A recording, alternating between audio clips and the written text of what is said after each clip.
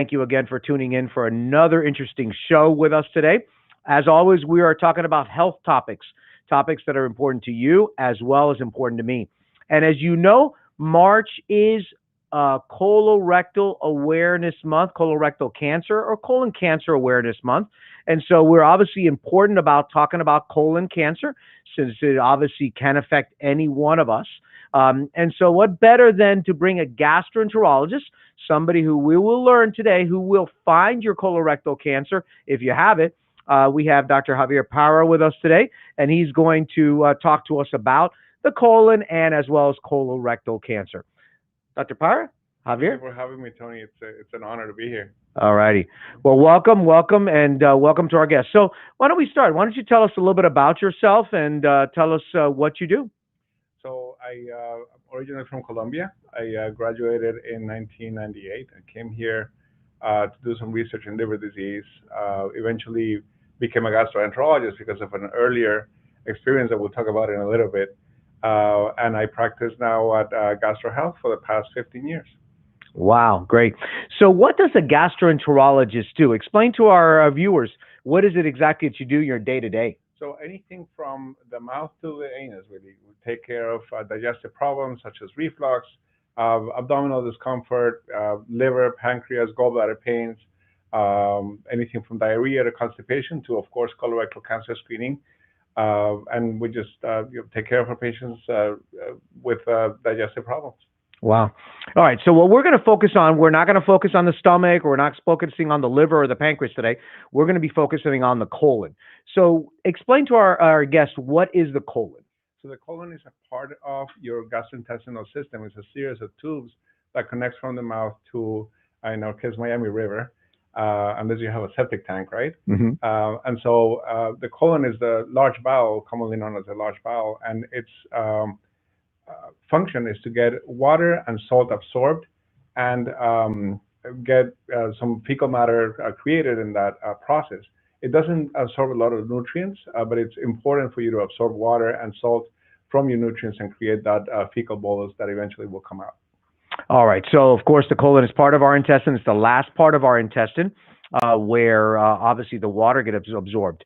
And so, of course, this topic of colorectal cancer is important to you. Can you explain to me and, of course, and to our guests, why is this so important to you? So as I was in medical school, I was on vacation with my dad and my family during Easter in 1996. And my dad had this abdominal pain after a meal, large meal, fairly Colombian kind of large meal. And he asked me to examine him. I didn't know what I was doing, but I did touch his belly, and he had what we know as a surgical abdomen. He had a, very severe abdominal pain. He had no bowel sounds, and we needed to take him to an urgent care center in Colombia, rural area in Colombia. This is 20 miles away, a 3-story house with 10 rooms as a hospital. Surgeon says he needs surgery, and then he says he has a problem. And I go, what's the problem? He says, I have no assistant, so you have to cut here, wash your hands, do this, do that. And I was in my father's colon cancer surgery. Wow. Long story short, 54 years old, had very uncommon presentations, but which we can fill that in later.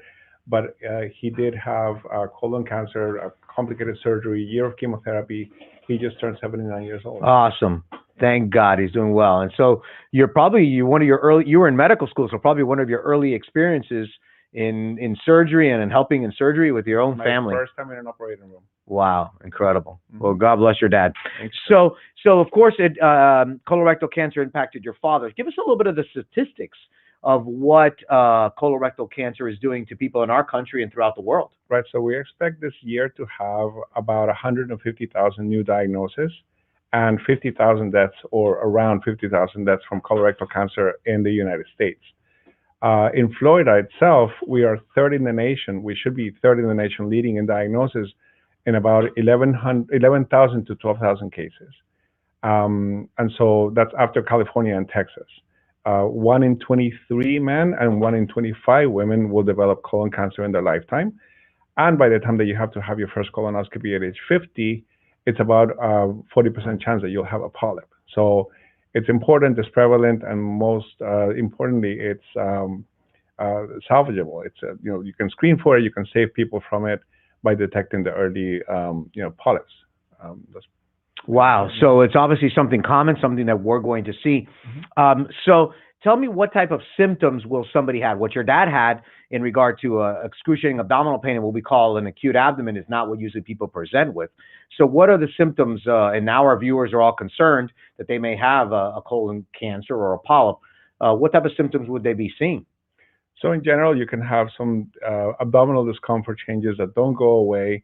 For example, if you eat a meal and you feel heavy and then you clean your bowels and you feel better, it's not necessarily a colon cancer symptom. But if that comes back, even with you changing your diet, pain that doesn't go away, if your doctor finds anemia, new onset anemia, if you're seeing blood in your stool, either in the toilet or on the toilet paper, if you have unintentional weight loss, if you're not exercising and you're seeing that your pants are fitting bigger every single day, changes in your bowel habits, whether it is constipation or diarrhea, and the sensation of not being able to empty your bowels, even if you go to the bathroom, you feel that you still have to go. That's another symptom that's worrisome. If you have any doubt, though, you should always consult your doctor and see if you're at risk for colorectal cancer and get a screening exam done. All right. So we've already gone over some of the symptoms. Now, are there certain risk factors? Or are there certain people, or populations of individuals, men versus women, or older, younger, or that will be at more risk? Yeah, so what we're seeing nowadays is still everybody at age 50 should start getting their colonoscopies. And so everybody from age 50 and over, age tends to be a factor. So the older you are, the more likely you are to get either a polyp or a cancer. You can get it in obese people, mostly men. We don't know why that happens, but mostly obese men tend to get it. Diabetics tend to get it as well. People with family history of colorectal polyps or cancer, and people with inflammatory bowel disease, such as ulcerative colitis or Crohn's disease, can also get it. There is some data that is emerging on dietary factors, and so red meat based diets with beef, pork, liver, lamb tend to be a little more risky for you. And so can be smoking your meat or grilling your meat. There can be some chemicals created there that can alter the way that you process foods and your DNA, but that is not very clear yet. That said, plant-based diets tend to be a little more healthy for you. The Mediterranean diet tends to be more healthy for you. And keeping a healthy weight and being active saves your overall health, and so it does for colon cancer. Yeah, we've heard that so many times in this show that I had a cardiologist here, Dr. Fialco, that obesity, once again, and so being a man and being obese, increases your chance of cardiac disease, and also does the same now for colon cancer. Now, you talked about screening at the age of 50, but I think I've heard or learned that you may need it earlier, right? If you have a family member. Explain that to us. That's correct. And so I forgot to mention smoking and racial disparities there. Smokers tend to get it more, and African Americans and Ashkenazi Jews tend to get it more. But so to answer your question, we're seeing earlier cancers, and we don't know exactly why. So we're being very effective in reducing the cancer incidence and mortality in people 50 and over, but we're not seeing it in people from 18 to 35, and the 35 to 50 population is, we're seeing more cancers. That said, there are two societies that have recommended starting at 45. So the Colorectal Cancer Society, Colorectal Surgery Society, and the American Cancer Society have said consider starting at age 45. The other societies that create these recommendations have said at 50. Most of the patients that we see that have colorectal cancer in their early ages have symptoms if they don't have family history. Now, if they do have family history, consult with your family, talk openly with your family about this. Do you have polyps? Have you ever had polyps or cancer? And the ones that matter genetically for you are your father, your mother, and your siblings. And of course, your children. If your children have ever been diagnosed with a colorectal polyp, you as a parent have to be concerned about your own risk. And so it's considered that if, for example, my dad had it at 54, I would have started at age 44, which is 10 years prior to the diagnosis of my dad. But I did have symptoms. I had some blood in my stool, and so I started in my 30s.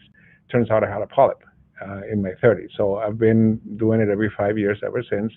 And again, involving your doctor, involving your family, being open about this and asking questions is more important than ignoring or waiting until symptoms happen to get a colonoscopy done.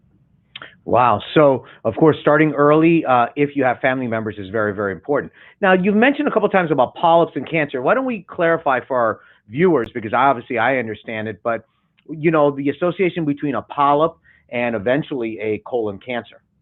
Yeah, so think about this as an event that starts 10 years prior to your diagnosis. Something happens in your DNA by your risk factors or by an error in your DNA that eventually creates a polyp and a cancer. So what's a polyp? It's a conglomerate of cells that have this message of growth that is uncontrolled. So in 10 years, that polyp can start growing more cells, hundreds of thousands and then millions of cells that start invading eventually. And so that's a cancer. So from 0 to 10 years, you can have a cell become a cancer that can be, very problematic. That's why we tend to repeat colonoscopies once you're 50 and you're at average risk. You don't have any family history or symptoms. We do it every 10 years with that thought. And that thought is backed up by data from a very old study called the National Polyp Study, which happens to have observed that correlation between polyps and cancer and the progression between a cellular change to a polyp to a cancer. Right. So, of course, if you find a polyp, it's kind of like almost saving you from cancer because of the fact that they remove that polyp. And the majority of the time, those polyps are removed just during the colonoscopy. Rarely will the patient need a bigger procedure to remove the polyp. That's where someone like me would get involved as a surgeon to do that. But in general, removing the polyps and finding the polyps can save your life and really can prevent, right? We could prevent colorectal cancer. If everybody gets screened and all their polyps removed, then we theoretically won't have colorectal cancer, right? That is correct. And that's the big thing about Colorectal Cancer Awareness Month, to educate our peers, to educate our community, to make sure that they seek for help and they don't have that taboo of saying, I'm not going to get anything done in my rectum or whatnot. There are several studies that show that this helps, that it prevents death from colon cancer, and several ways, not only colonoscopy to do it, although colonoscopy is the most complete one and the one that can remove polyps at the time that it's done. All righty. So we talked about, the polyp going to a cancer. We talked about the colorectal cancers is preventable. And we talked about who needs to be checked. Everybody starting at 50 and younger if you have a family history. Or symptoms. Or symptoms, that's right. So if you have symptoms or any of those symptoms that Javier talked about, then you should see your primary doctor. Always start with your primary doctor, and then you can end up with your gastroenterologist. So when you do a colonoscopy and you find a mass or you find a colorectal cancer in a patient, what happens now with the patient? So what you need to do first is confirm that this is a cancer. So we get our team of pathology involved. We take biopsies and samples during the colonoscopy, and we call our pathologist and say we're suspicious of this being a cancer. And so our pathologist sections that, microscopically analyzes it, and if they see cells that look like cancer, they diagnose it as cancer. After that, we have to go through something called staging, which can be done with imaging studies such as CAT scans, PET scans, MRIs, and determine if the patient is going to benefit from surgery first, or from chemotherapy or chemo and radiation first, in order to shrink it before surgery. But ultimately, the goal with cancer therapy is cure, and so the closer you get to resecting the polyp, the mass, the cancer, and eradicating all those cells from the body, the closer you get to a cure. Yeah, and then so if somebody, of course, ends up with colon cancer and will eventually probably need surgery, whether they get chemo first or they end up with surgery first, they end up with surgery. And of course, that's something in my area, in my, what we call my wheelhouse, where, traditionally people would get open surgery. I would imagine your dad had open surgery in that rural location, right? Correct. Yeah, he underwent open surgery, and we took his right colon out where he had the cancer. It so happens that he presented with these infections in his lower extremity veins. He had what's called migratory thrombophlebitis, a very Wow. rare presentation, and he had this for a year. I remember the doctor coming in and getting cultures of his legs and treating him with antibiotics. Never was he offered a colonoscopy because that didn't exist. Didn't The think of it, concept right? didn't exist. And so that's another thing. If you have, we're fortunate to live in a country that provides the screening. People ask you to have your colonoscopy at 50. Not having it is silly. It's like Right. wearing, being able to wear a seatbelt and not wearing it because you don't want to. It's the kind of thing that you should really take advantage of. So that's. Yeah, no, I can tell you as somebody who's had a couple colonoscopies, that the worst part about a colonoscopy is the prep. And I know that the preps have improved because I haven't had mine in a number of years, but it's improved. But you don't remember much of anything on the colonoscopy. You get there to the pre-op suite and they give you a little sedation, and then the next thing you're woken up and you're done. So for those that, and I have colleagues, I have friends that just do not want to have their colonoscopy. I don't know why. They're scared of the unknown or what could happen, but really the prep is the worst part. So we went on to surgery. So the patients end up with surgery, and so nowadays we do these surgeries laparoscopically, we do them robotically. The recovery is very fast. Now the patient ends up back in your hands, and what happens? Because as a surgeon, I take care of these patients. I operate on them. I take out their colon cancer. They may or may not need chemotherapy based on their stage, but now they end up and they follow up with you again. And so what do you counsel now them, and what do you counsel their family? So you usually have to take care of that patient within a year to either complete the colonoscopy if you were not able to get through that mass. If it was obstructive, you need to complete the colonoscopy before you get to follow them up every year for the first year. If they don't have anything else, then you can follow them every 5 years ever since. And you have to tell the family to start getting their colonoscopies in order. If they have symptoms, right away. If they don't, and they're 10 years younger, that's when they start having the colonoscopy. So the same example as my dad, your first-degree relative is diagnosed at 54. You should start at 44 unless you have symptoms. The ones we talked about, rectal bleeding, abdominal pain, changes in your bowel habits, anything that's new onset that you need to talk to your doctor about. It's better to get it done and have a negative one than to wait until you develop symptoms and be too late. Yeah, and I don't want everybody out there to kind of start thinking I have some abdominal pain and I have some bleeding that I have colon cancer, because most bleeding that people have is not going to be a colon cancer, thank God. Mm-hmm. And it'll be other pathology that, of course, your primary doctor will send you to a gastroenterologist to see as well. Now, let's also talk about other types of modalities for diagnosis, because my own mother, who couldn't go through a bowel prep, she was offered other modalities. And I've seen advertisements on TV as well for other modalities. So, if you cannot have a colonoscopy or you don't want to have a colonoscopy, what other options are there? Yes, you should still have some form of colorectal cancer screening. There are fecal tests and there are visual tests. So the fecal tests are usually testing for parts that contain blood, whether it is whole gut blood or only colon blood, so the guaiac, or the FIT tests, which are done on a yearly basis. If you decide to go that route and you have an average risk, meaning no family history or personal history, then you can do them every year. And then if they turn out positive, you have to consider having a colonoscopy. The other fecal test is a DNA test that checks altered parts of your DNA in the stool, and that's the one we see advertised all the time. It should be done every 5 years if you are at an average risk. Those tests have some degree of false negative, meaning that it can be normal, but you can still have a polyp or a cancer brewing, so you have to keep an eye on that. Make sure you're on a yearly basis with your doctor.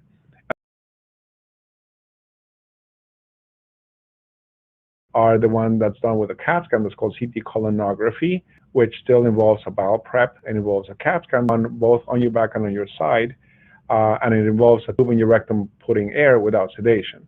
So that can detect some polyps and should be done every 5 years.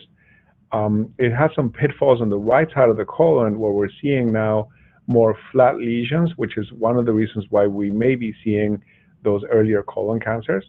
But it can still be a useful test if it's negative and the patient has no other risks. And then there's also what's called the half colonoscopy or the flexible sigmoidoscopy, which has largely fallen out of favor because it's an incomplete test. It has to be done every 3 to 5 years, and it has to be done along with a yearly fecal occult blood test. So if you're committed to doing any sort of scope, just do the full colonoscopy, talk to your doctor about the risks, be comfortable about asking how many they've done, what risks are there, what are the benefits, anything else that has happened to them during these procedures, how many perforations they've had. All of that has to be talked about honestly with your doctor, and then they can make that recommendation for you. If you don't want an optical colonoscopy, then we can consider any other tests for colorectal cancer screening, but get it done somehow.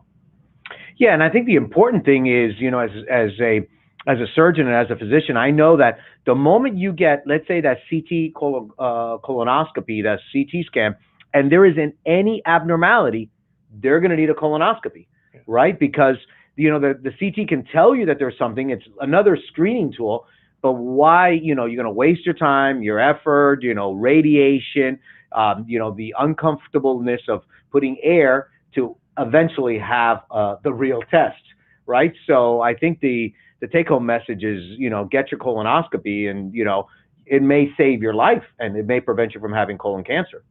Correct. That's what the data shows. The colonoscopy is the most complete test. It can still miss some polyps. That's why it's important to have the preparation done. As you were saying, preparations have changed. It used to be a gallon of fluid. Now it's 2 small bottles divided into 12 hours.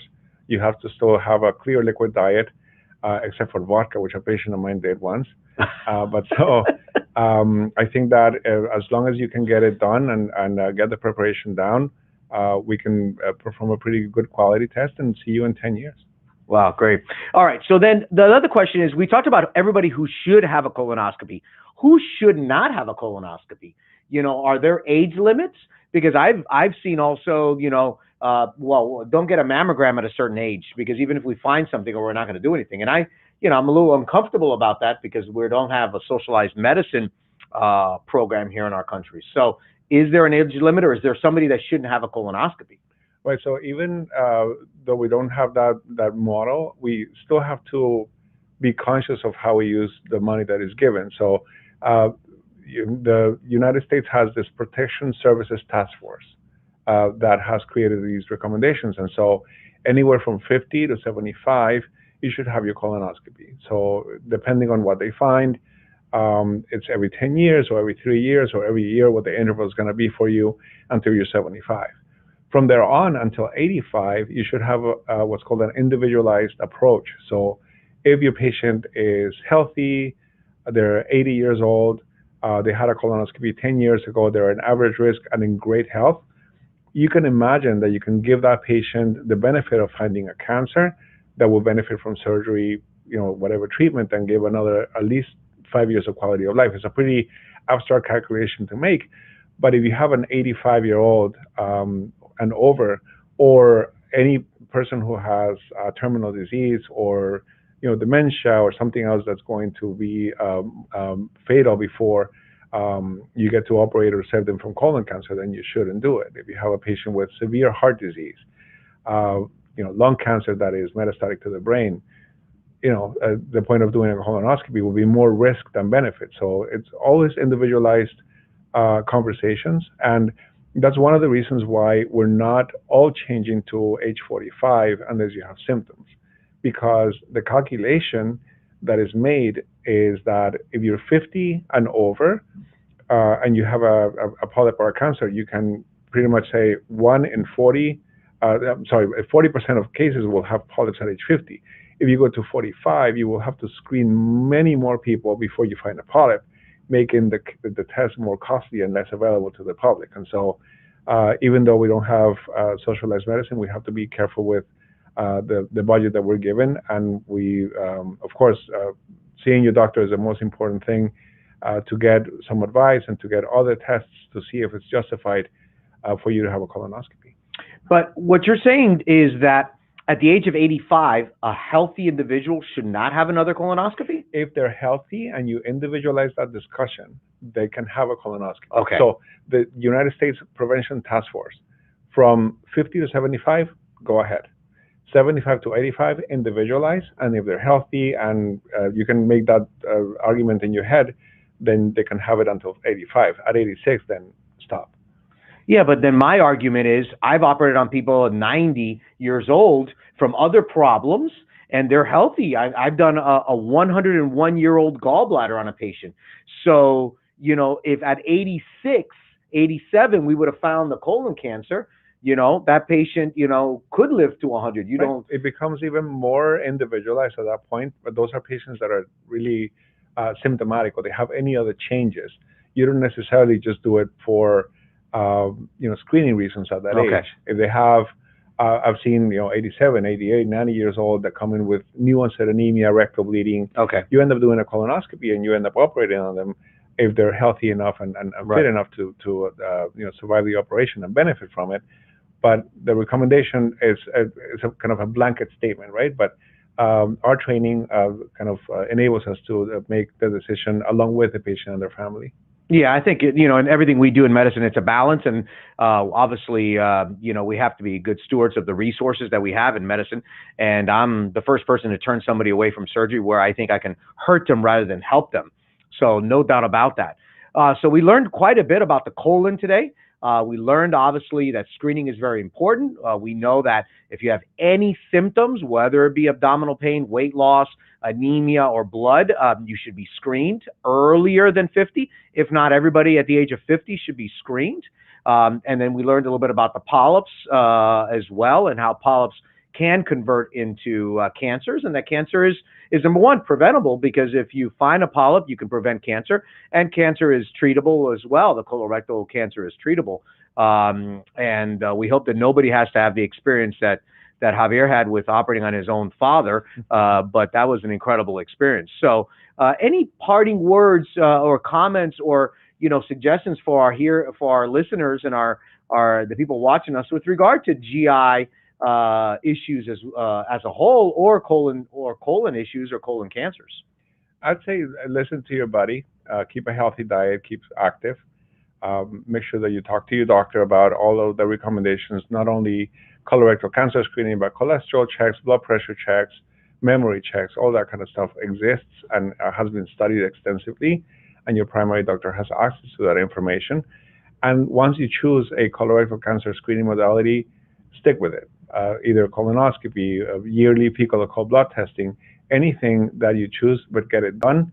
And Colorectal Cancer Awareness Month is created for a reason, and this is what we're trying to do: educate our peers, educate our community, and be able to help.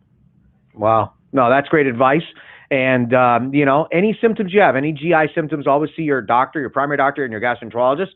And a lot of times, if there are other issues, you may need an upper endoscopy as opposed to a lower endoscopy.